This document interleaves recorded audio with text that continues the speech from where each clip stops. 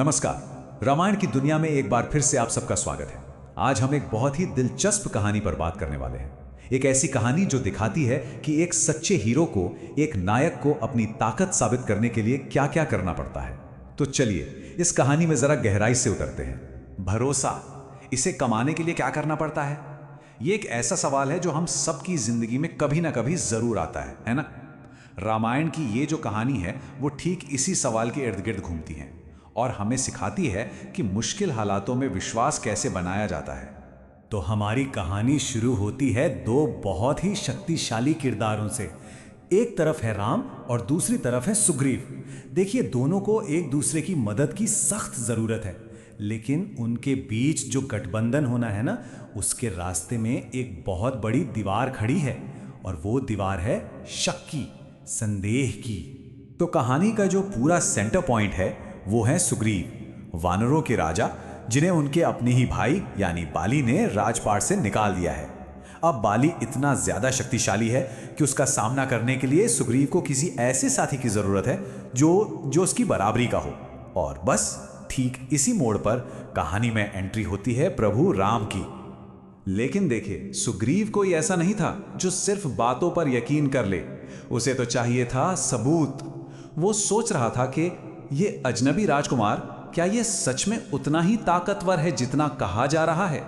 मतलब साफ था, राम को अब अपनी काबिलियत साबित करके दिखानी थी। और बस यहीं से शुरू होती है राम की पहली परीक्षा।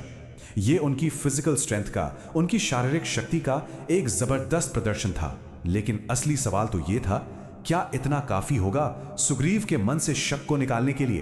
तो पहली चुनौती क्या थी? दुंदुभी नाम का एक बहुत बड़ा राक्षस था और उसके भारी भरकम कंकाल को हिलाना था। अब ये कोई मामूली काम नहीं था। असल में ये बाली की जबरदस्त ताकत का प्रतीक था, क्योंकि बाली ने ही उस राक्षस को मारा था। और फिर राम ने जो किया वो तो देखकर सब हैरान रह गए। उन्होंने बस अपने पैर के अंगूठे की एक ठोकर से उस विशालकाय कंकाल को हवा में उछालकर बहुत दूर फेंक दिया। ये उनकी जबरदस्त ताकत का एकदम साफ साफ सबूत था। लेकिन कहानी में एक बड़ा ट्विस्ट आता है। सुग्रीव इससे जरा भी इंप्रेस नहीं हुए। उन्होंने तो इस कारनामे को यह कहकर टाल दिया कि अरे, ये कंकाल तो समय के साथ सूखकर हल्का हो गया होगा।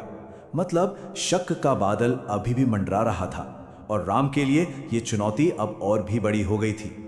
तो जब सिर्फ शारीरिक ताकत का प्रदर्शन काफी नहीं रहा, राम ने कुछ ऐसा करने का फैसला किया जो न सिर्फ उनकी शक्ति बल्कि उनके कौशल, उनकी डिवाइन पावर, उनकी दिव्य क्षमताओं को भी साबित कर दे। और अब कहानी अपने क्लाइमैक्स पर पहुंचती है।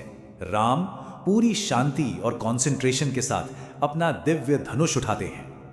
उनका जो टारगेट था वो लगभग नामुमकिन लगता था।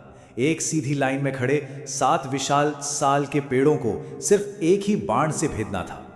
और फिर वो अविश्वसनीय पल आता है। राम का वो एक तीर सिर्फ पहले पेड़ को नहीं बल्कि एक के बाद एक 7 पेड़ों को चीरता हुआ निकल जाता है। ताकत और निशाने का ऐसा कमाल देखने के बाद सुग्रीव के मन में शक की कोई गुंजाइश ही नहीं बची। लेकिन एक मिनट, ये कहानी सिर्फ फिजिकल पावर के बारे में नहीं है। नहीं, ये हमें राम के कैरेक्टर की, उनके चरित्र की गहराई भी दिखाती है। उन्होंने जो कुछ भी किया वो सिर्फ अपनी ताकत का शो ऑफ नहीं था, बल्कि ये उनके उसूलों, उनके सिद्धांतों को भी दिखाता था।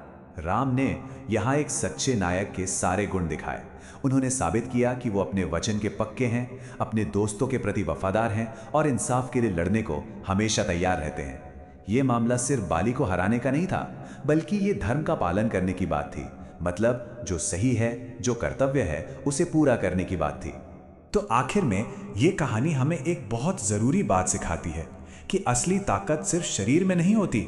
असली ताकत तो होती है चरित्र में, अपनी ईमानदारी में और अपने वादों पर टिके रहने के इरादे में। राम का ये काम इसी बड़ी सच्चाई का एक जबरदस्त उदाहरण है। तो हम इस चर्चा को एक सवाल के साथ खत्म करते हैं। एक सच्चे नायक की परिभाषा क्या है?